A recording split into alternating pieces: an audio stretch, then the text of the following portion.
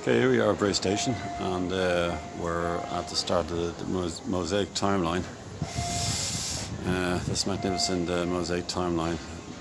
It took over well over a decade to complete, but it's fantastic, unique to Bray, and can't think of anywhere else in Ireland that would have something that's similar. So we have a depiction of the opening day, 1854, July 10th, when the station opened. So this is Victorian times when the station opened. Now we move on to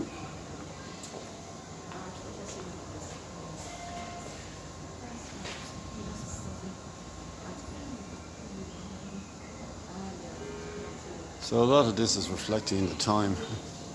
Hibernia, famous engine, and the fat controller.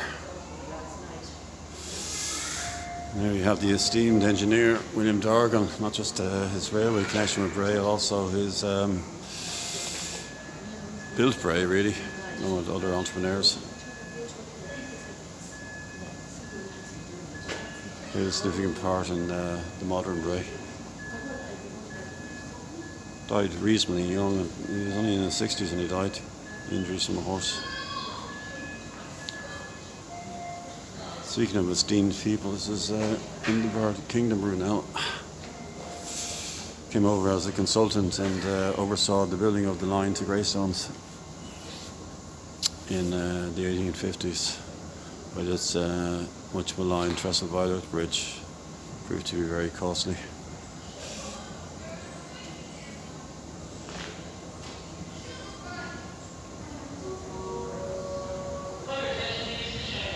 This is the newest part of it. This reflects the life in the 1930s, judging by the attire. These doors here are former waiting rooms. These are blocked up of Brunel and Dorgan. Now, next part of the timeline, we have Charles Stewart Parnell and his mistress, Kitty O'Shea. A lot of tongue-in-cheek going on here, and a farmer. Much maligned penal laws of the Land League and its consequences. Marginalised Catholic farmers. So we have the Banshee engine.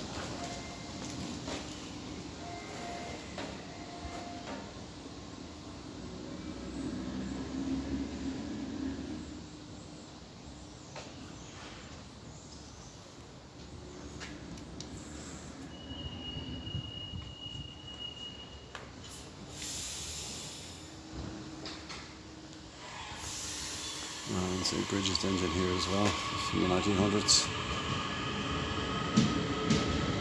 Roscoe Wild there. And the rising in Dublin, which coincided with the First World War. So quite a contrast going on there. Beginning of the road to independence, the long road. I love this one. It's very tongue-in-cheek as well, isn't it? The bulldog, with its injuries and a black and tan.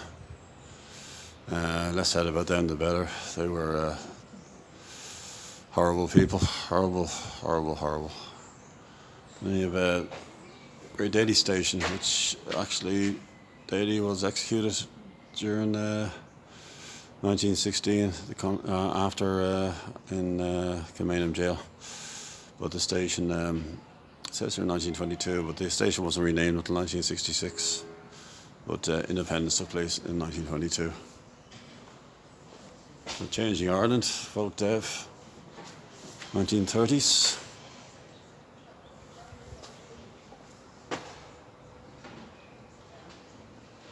Nice touch there.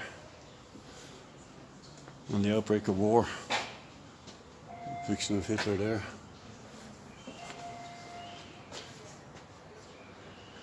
Looks like suspiciously looking like James Joyce. Ireland coming up in the 50s. Oh, my parents' time.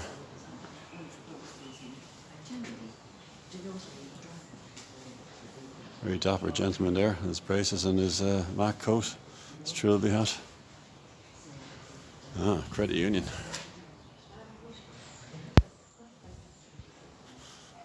And we have the beehive. Nice touch there with the pigeons. 1960s, we shall overcome. A jazz cigarette. Rolling Stone with John Lennon. So a nice touch there. Swinging back just a few to go now. Hippie times. 1970s, late 60s. The orange and black library of the pre-dart stock, the CIE. Magazine called Zen, let's look that up. With Teddy Boy there. A hippie chick. This is the area I reflect 40 years ago. The ska movement. And you have the badges here. The two-tone. Specials, madness. Fantastic. Beverly. The uppie period.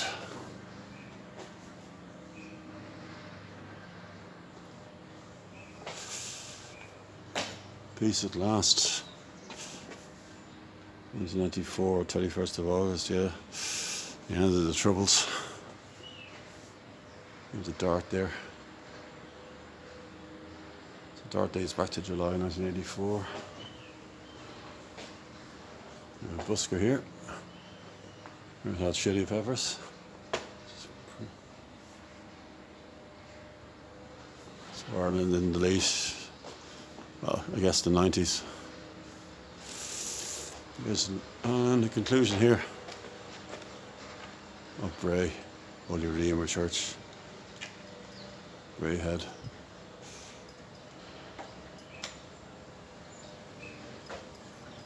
Hills Garage here. Cool in Bray since 1960. Yeah, there we go. It's a very unique timeline there.